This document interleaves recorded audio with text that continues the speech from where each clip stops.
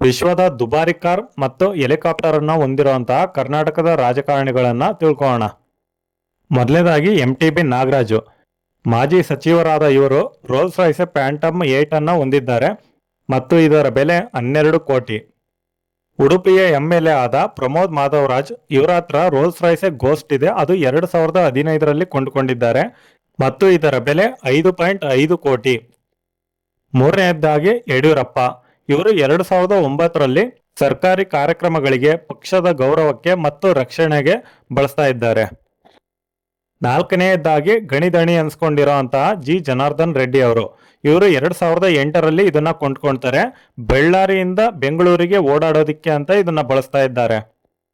ಐದನೆಯದಾಗಿ home minister ಆಗಿರುವಂತಹ DK Shivakumar ಅವರು ಸರ್ಕಾರಿ ಕೆಲಸಗಳಿಗೆ ಮತ್ತು ಧರ್ಮಕ್ಷೇತ್ರಗಳಿಗೆ ಭೇಟಿ ಕೊಡಲು ಬಳಸ್ತಾ ಇದ್ದಾರೆ. ಇನ್ನು ಆರನೆಯದಾಗಿ CM ಸಿದ್ದರಾಮಯ್ಯ ಅವರು. ಇವರು ಕೂಡ ಸರ್ಕಾರಿ ಕೆಲಸಗಳಿಗಾಗಿ ಮತ್ತು ಪಕ್ಷದ ಹಿತಕ್ಕಾಗಿ ಬಳಸ್ತಾ ಇದ್ದಾರೆ. ಸುಮಾರು ಇವರು 1 ವರ್ಷದ ಇದರ ವೆಚ್ಚ 31 ಕೋಟಿ ರೂಪಾಯಿಗಳು. 1 ವರ್ಷಕ್ಕೆ 31 ಕೋಟಿ ಖರ್ಚು ಮಾಡ್ತಾರೆ. ಸೊ ಸರ್ಕಾರದಿಂದನೇ ಅದಕ್ಕೆ ಫಂಡ್ ಕೂಡ ಬರೋದು. ಇನ್ನು ಕೊನೆಯದಾಗಿ ಶಾಮನೂರು ಶಿವಶಂಕರಪ್ಪ ಅವರು.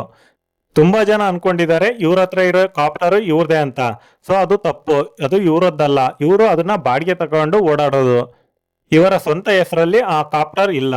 ಸೊ ಇವಿಷ್ಟು ಮಾಹಿತಿ ಆಗಿದೆ. ಇನ್ನಷ್ಟು ಮಾಹಿತಿಗಾಗಿ ನನ್ನ ಚಾನಲ್ ಅನ್ನು ಸಬ್ಸ್ಕ್ರೈಬ್ ಮಾಡ್ಕೊಳ್ಳಿ. Thanks for watching.